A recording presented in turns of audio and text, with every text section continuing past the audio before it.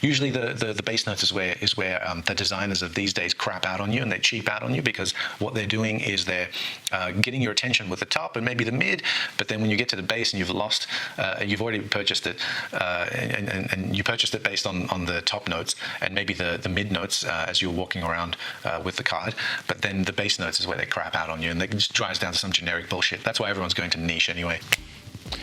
Hi. Terrible reformulations, that's what this video is about. We all know about the reformulation demon that comes, and it's got a name called IFRA, I believe. It's also got a name called cost cutting, I believe. It's also got a name of ingredients that aren't readily available anymore. That's probably it. And so we have fragrances that started off life quite well, quite popular, quite deep and resinous sometimes, and really rich and opulent sometimes, and really light and natural sometimes, and through the years they either get watered down, or the formula changes, or the ingredients get harder to find, so they become more expensive, and in order to cut costs you opt for the synthetic versions of, or the cheaper versions of that same ingredient, whilst trying to keep the overall scent profile the same. Now, kudos to the chemists and the perfumers that reformulate these sort of legendary sometimes fragrances that were beloved by many and come up with something that is quite similar and still quite popular at the same time. I'm going to go first with probably the most popular fragrance, probably the most popular men's fragrance of all time, and that is this one right here. This is Acqua di Gio. Acqua di Gio by Giorgio Armani, released 1996, I believe, and reformulated in 2006 was the first reformulation of this. 10 years later, got reformulated, and I believe it got reformulated again the early 2010s, and then again in the mid 2010s as well. And so the current formulation of this is different to the one I'm holding right now. This bottle right here is from 2001. It is the original formulation of Acqua di Gio. It is what I remember it smelling like from when I used to wear it back in the mid-90s.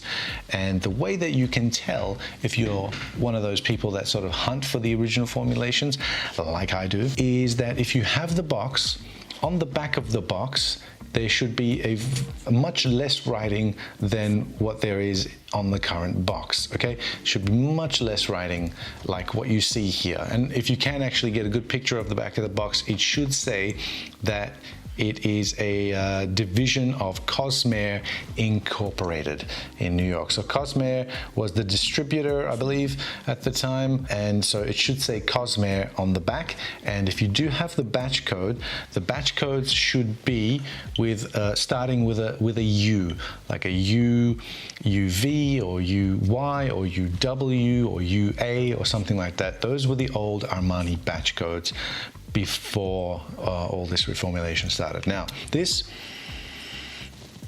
yeah, top notes are starting to fade a little bit, but it is still a beast. It still lasts for a good 6 to 8 hours on me. It does not smell of vanilla, which the new one somehow does, and the new one's a lot more musky than this. This one's heavier on the sort of that sort of juicy watermelon kind of note, and that sort of aquatic sort of feeling that it gives you, and the herbaceousness of it all as well.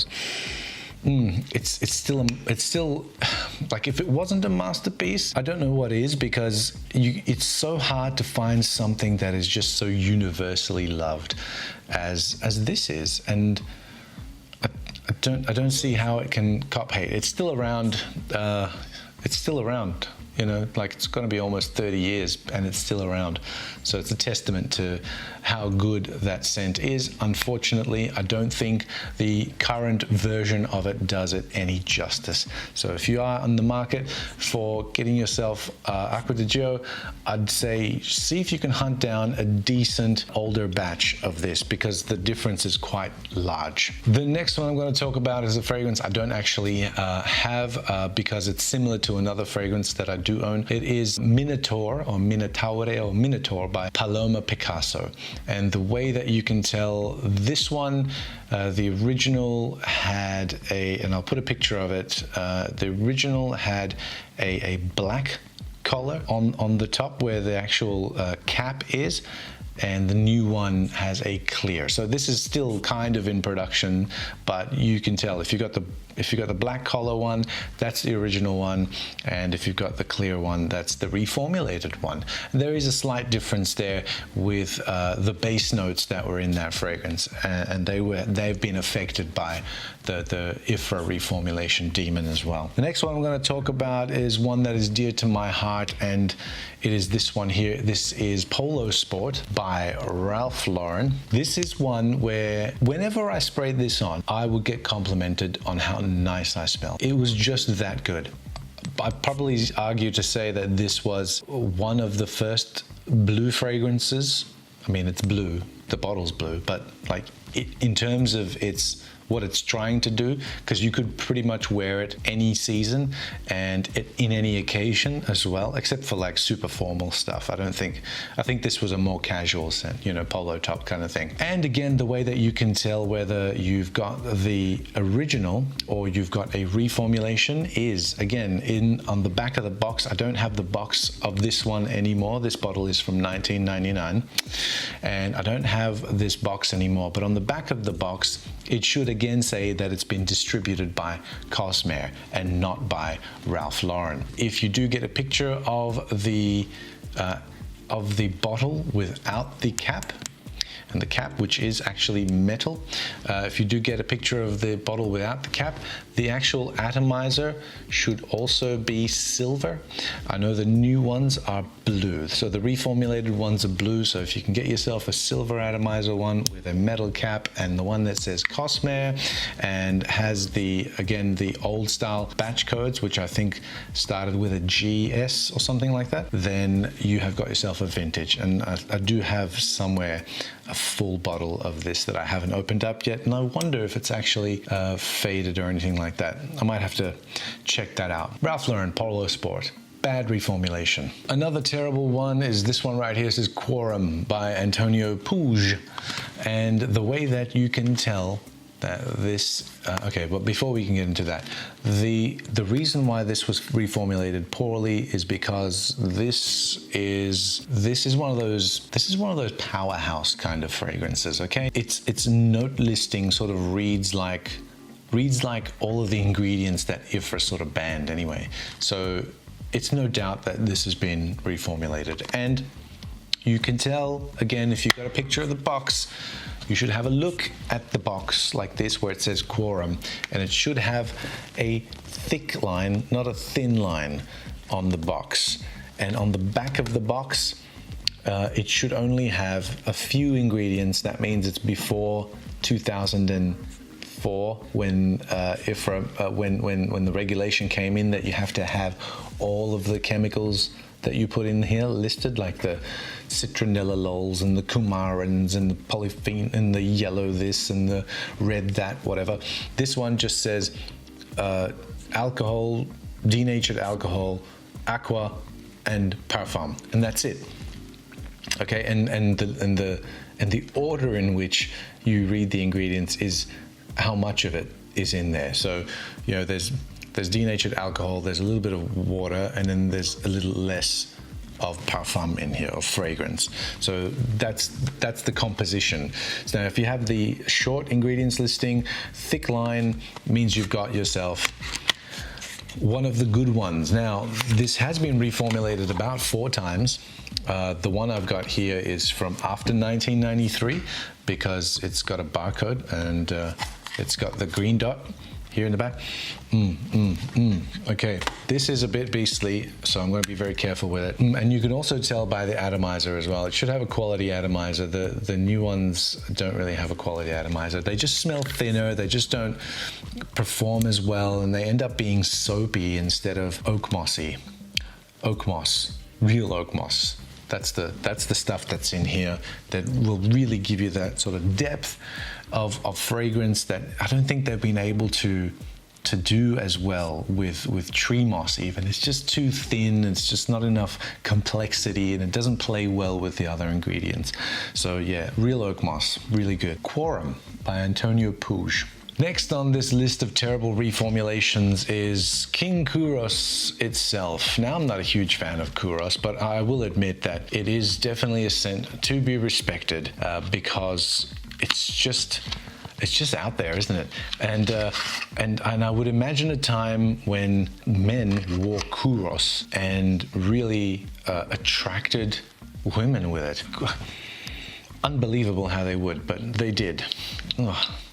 Anyway, enough of me shitting all over one of the best fragrances of all time. Kouros right here. This is not the first formulation. This is not even the second formulation. This one I've got here is the third formulation, I believe.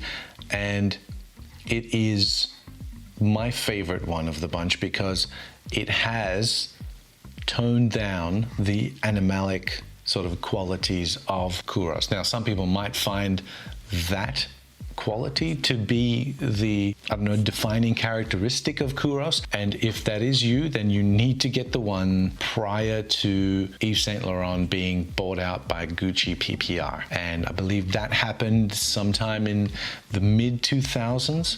So this bottle here is from 2006, and it's got the long ingredients listing on the back. And it also says Yves Saint Laurent Parfums.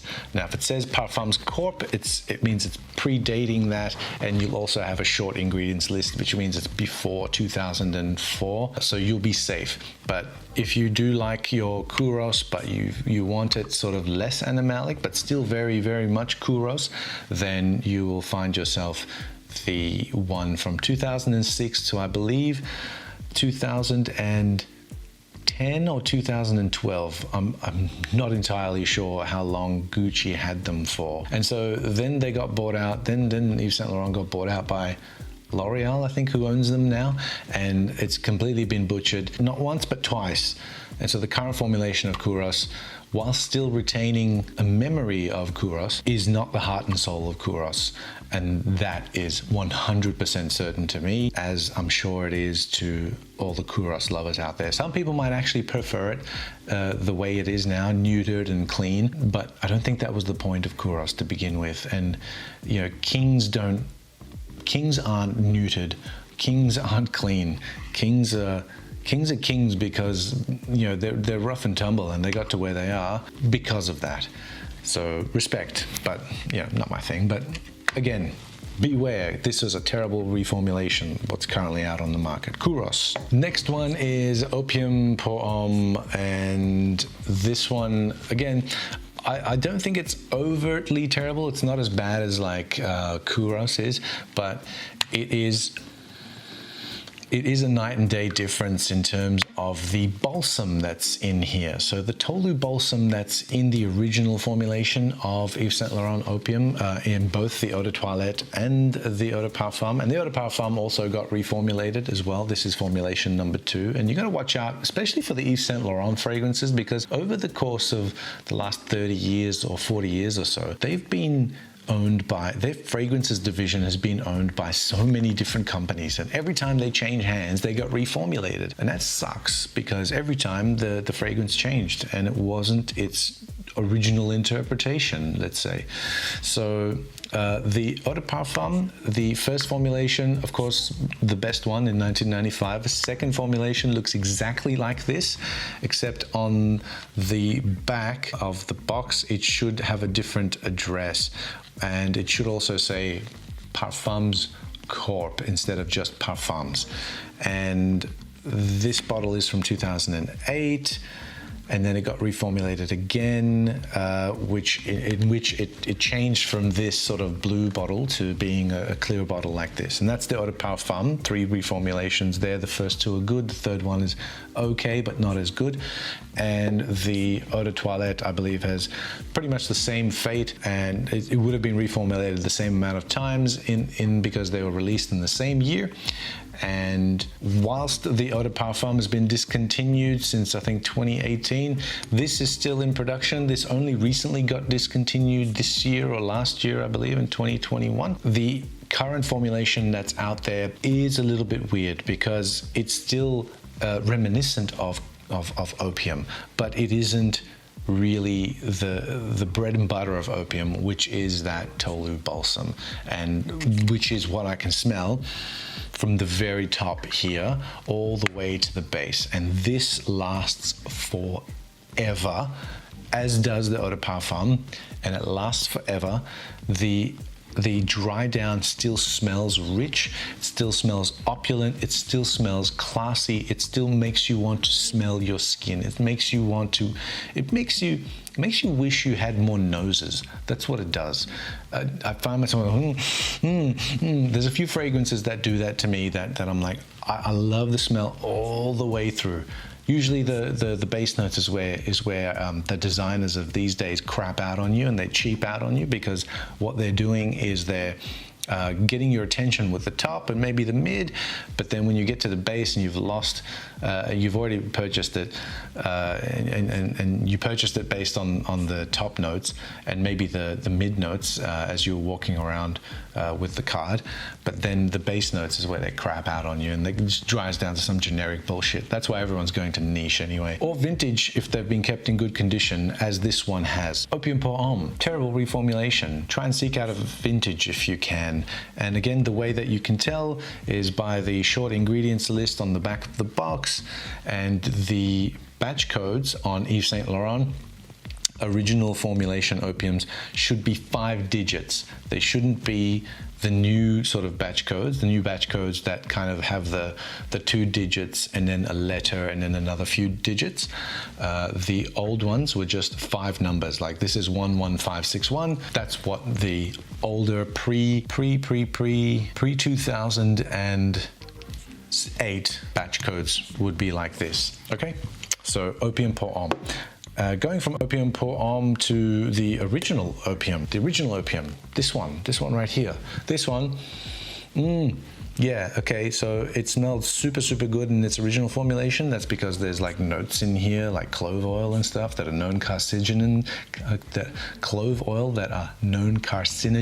I gotta say that correctly. The way that you can tell an original formulation opium is they come in like these sort of plain looking bottles like this. The eau de toilette does anyway. The eau de parfum came in like the little Japanese sort of style bottles. But the eau de toilette, they came originally in very strange amounts, so milliliterage. And this one is 36 mils. Yeah, or let's say 1.2 fluid ounces. This is a 36 ml bottle. They came in a 36 ml bottle and a weird, I think 136 ml bottle or something like that, and a mid-size as well, which was like 63 mils or something. It was really strange why they came up with that many milliliters in their bottles. But if it's that strange sort of milliliters, then you know you've got yourself an original formulation. This one right here is from 1985. Double check. The box usually helps because, and this is the box. It's kind of well worn, and I'll show you. And this is what the box should look like. And the ingredients list is pretty much non-existent, as is a barcode, because it's predating 1993. So if you have the box and it doesn't have a barcode, it doesn't have the green dot. If you don't know what the green dot is, just Google that. Green dot, it's like 2 little arrows in a circle kind of thing. If it doesn't have those things on it, then it just means that it's predating 1993. Okay. Batch codes were still around and it should be printed on the box, and I don't see any on the bottle. Actually, I do see some on the bottle. The one on the box should match the one on the bottle, and it does. Very good. So there you go, opium, and I don't know if this is still around, but this has been reformulated as well. And it's probably due to, you know, like what I said, having notes in there that are known sort of dangers and carcinogens and things that cause cancer, which I don't know how true that is, but that's the rules, and that's why these things get reformulated. Another one that's been reformulated, if you actually give a shit, which that's why I don't give a shit, that's why I didn't go get the bottle to show you, is Dirty English by Juicy Couture. Originally when I got this, I was looking for a substitute for Gucci Pour Homme 1, which was getting a bit expensive and it was discontinued, and I thought, yeah, let me see if I can find a cheaper alternative. So I got that, and it was pretty damn good, and I was blown away by the fact that this thing was like 25 bucks and it smelled like that, and it came in a nice bottle with a heavy metal cap, and I'll put a picture of it somewhere, and it came with these little trinkets that were attached to the bottle with like a little leather strap and sort of metal sort of trinkets that came attached to the bottle. Now, over the years, and I've gone through about 4 bottles of this, and the last bottle that I got, the cap was plastic. Actually, even the sticker, they had changed the sticker and they'd crapped out on the quality of the sticker on the bottle as well. And the cap was plastic and the trinkets were gone, and the smell, most importantly, had really changed. Really changed. It didn't smell like Dirty English at all, and it was a piece of shit, and I didn't even finish that bottle. As a matter of fact, it's still in the garage, and I think I still got like a quarter of it left, because I just thought, yeah, I can't keep wearing this. This is crap. I gotta go get me something else. Dirty English by Juicy Couture, terrible reformulation. Don't even bother. It doesn't matter how cheap it is, don't even get it. Even though there's talk out there that says that it's been again reformulated, now it's back to what it used to be. Don't even bother. The next one is Creed's Millesime Imperial, and that's been reformulated again. And I think I've mentioned it in my Club de Nuit milestone review, that I think the original Creed Millesime Imperial had the fruity notes up front, and it had the salt in background as a background player, as a supporting cast, and that's been flipped to now the salt being the main player and the fruity notes are in the background as a background player. So you know, it's not to my taste, and that reformulation I think is terrible, because it's really not the thing that leaves a really good first impression on you. Like the original used to make you go, whoa, what is this? It's so natural smelling. It was so natural smelling as compared to anything else that was on the market at the time. And now it's like, it doesn't really smell that great. It doesn't smell that great. I wouldn't pay whatever money that they're asking for it. And so there you go. Get Milestone instead if that's what you're after. And whilst we were on Yves Saint Laurent before, I think it's worth mentioning that there are a couple of other Yves Saint Laurent fragrances that are worth mentioning that have been reformulated, and they've been reformulated poorly, and that's because of all the changes of ownership that have happened, and each time they get reformulated. One of them is this one, this legend right here, which is the original Rive Gauche by Yves Saint Laurent. And this one is from 1993, I think, this bottle. And goddamn, this fragrance was released in 1970, and if you can think about this metallic, futuristic sort of fragrance in 1970, it would have been like seeing the Lamborghini Countach for the first time in the 70s. It was like a spaceship with wheels, and I think this would have been the fragrance that would have gone with it. Man, it's still good, but the current formulation doesn't smell like this. It smells like a remote memory or a distant memory of the original Rive Gauche, and people sort of, and I don't like it because people sort of go ahead and they smell what's on the market today currently, and then they'll just be like, what is this crap? I don't understand. What is it? It's got nothing. And then they bag it out, and then they leave a review of it, and they're leaving a review of the current formulation, and that's not fair, because this is a phenomenal scent. And if you can get yourself a bottle of the 1990s version, probably all the way up to like 1999 or something like that, you've got yourself a really good fragrance, and it lasts for a very long time, and it's kept really well. And I think that's to do with the can that it comes in, this metal can. So there you go. That's that one. There's another Yves Saint Laurent one that is worth mentioning, and that is this one right here. This is Jazz, and I think this came out in '88. And again, this bottle is from somewhere, 93. Yeah, I think so. This got reformulated twice. So it used to come in these kinds of plasticky bottles with the black and white, and it got reformulated and they put it in a long clear bottle, and they just wrote Jazz on it with a lid. Not that great. but again, not so far removed, but it wasn't that great compared to this. It just lacked the depth of the original. And then they went ahead and brought it back in the La Collection, in the little squarish bottles that they brought out, and that is absolute garbage. I wouldn't touch it with a 10-foot pole. I'd save my money and I'd probably plunk it down maybe like a partial of the original so that you get what the original was all about, and you get what this sort of era of fragrances were all about if you wanted to do your fragrantic homework, let's say. So yeah, Jazz, awesome smell. Awesome smell. Okay, the next one is Lige, L'Instant de Guerlain Eau Extrême, and this got reformulated, and the bottle, which still looked like this, it had clear sides instead of sort of dark sides, and I finished my bottle of that, which I really enjoyed, but I've kept this because this is a bit more denser, a bit more darker. That one already got a little bit of the light touch treatment, so that they took the heaviness, which I really enjoyed and which a lot of people really enjoyed, out of it. And that sort of beautiful patchouli that sort of warms your heart from the inside out. It sort of almost gives you an extra heater inside your body so that you radiate this smell in the autumn, which it is perfect for, and I can't wait for autumn to arrive so that I can rock this once again. Now, the third formulation, which means that they look like this now, the Eau de Parfum. This is the Eau de Toilette, but the Eau de Parfum comes in the same sort of generic Guerlain bottle now. It has been really watered down, and it's kind of crap. And it's like the watered down version of the watered down version of this. Now, these are hard to find and they're very expensive, but meh, if you really want to smell what it smells like, which I recommend that you do before you pass judgment on this scent profile, where you find that chocolate and citrus or patchouli and citrus play so well together, even though they're juxtaposed sort of notes.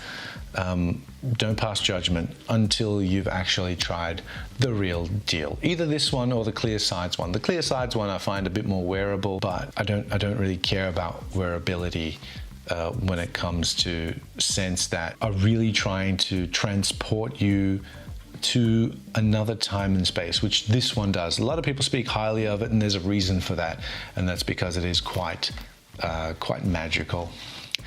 I sound like a ponce, but it is. Who cares? But anyway, terrible reformulation. If you have never smelled this and you buy the current version that's out there, you'll probably be, oh, okay, yeah, this is all right. But you know, Niche would do it heaps better. Niche won't do this heaps better because this was Niche. Like Guerlain's Niche. Fuck 'em. Guerlain's Niche. Okay, the second last one is this one right here. This is Roma Uomo by Laura Biagiotti. Man, this brings back memories because I used to wear this in the mid-90s. This came out in 1992, I think, and I used to wear this in like the mid to late 90s, and it was great. What a banger. Like, you could wear this in summer because to me, the top notes smell like gelati, and you could also wear it in winter because it would dry down to this really deep, rich, resinous benzoin that was there in the base. The benzoin, that's it. Any fragrance that was released prior to IFRA regulations kicking in that had benzoin in there, they're going to be changed for sure, because I find that that's what's happened. That's what's happened to this one too, actually. Well, I've got it here. Pie by Givenchy, right? This bottle's a vintage as well. This is a first edition release from 1999, and this has got a different base. Like the top notes, the mid notes, they're all quite the same, but it's got a different base. And I recently found out that there's an Eau de Parfum version of this, which is quite rare, but I think I don't want it because this is pretty potent as it is, and quite deep and rich. And I think that the richness is gone and it's been replaced by cloyingly sweet pungency of odor. And even though it's okay, it just doesn't have that same level of quality as the original did. Now, maybe benzoin became harder to source, or quality benzoin became more expensive to source, or other fragrance houses used more of it or something like that. I'm not quite sure, but it just seems to me, that benzoin or fragrances that had good benzoin, or even like good sandalwood, like the Mysore sandalwood that was used in like the original Guerlain Samsara. Wow, that was a great sandalwood, but that got changed as well down the line, because that Samsara has been reformulated a few times as well. Roma Uomo has also been reformulated 3 times. This is the 3rd formulation, the most current formulation of it. It's still okay. It's still reminiscent of the original scent, and it's still quite a good scent. I still like it. And the way that you can tell is by the box. This box here kind of looks like the original box, but it's a different pattern on the box. If you look at the box, it's a different pattern. Again, the back should have a short ingredients list. Which means that it was from the 90s, because this was in 1992, it was released. There was another formulation in between these two where the box itself changed to a different design altogether, and that's the middle formulation, and that's still quite good. But then this 3rd formulation, I think, is a bit of a letdown. And another way, if you don't have the box, you can actually tell from the bottle, because this bottle is completely frosted all the way, but the original formulations are frosted except for the base of the bottle, which is clear glass. So if you do get a bottle that looks like it's frosted and the base is clear glass, then you've got yourself an original formulation of Roma Uomo. So that's that one there, another not so terrible, but not really acceptable reformulation. I hope you got some information out of that, because if you're a vintage hunter, if you want to really go back to what the original interpretation of these current fragrances that are currently in the market, that have been around for quite a number of decades, and you wanted to find out what they actually were intended to smell like, then you need to know these things so you don't get duped when you're trying to buy these things, and most of the time you can only find them on the grey market anyway. So there we are. And sometimes you might walk into an old chemist or something like that, and you'll find that it's been sitting on the shelf for like 20 years, no one's bought it, and you pick it up, and congratulations to you. Hope you enjoyed that little one and those tidbits of information, and happy hunting, and thanks for watching.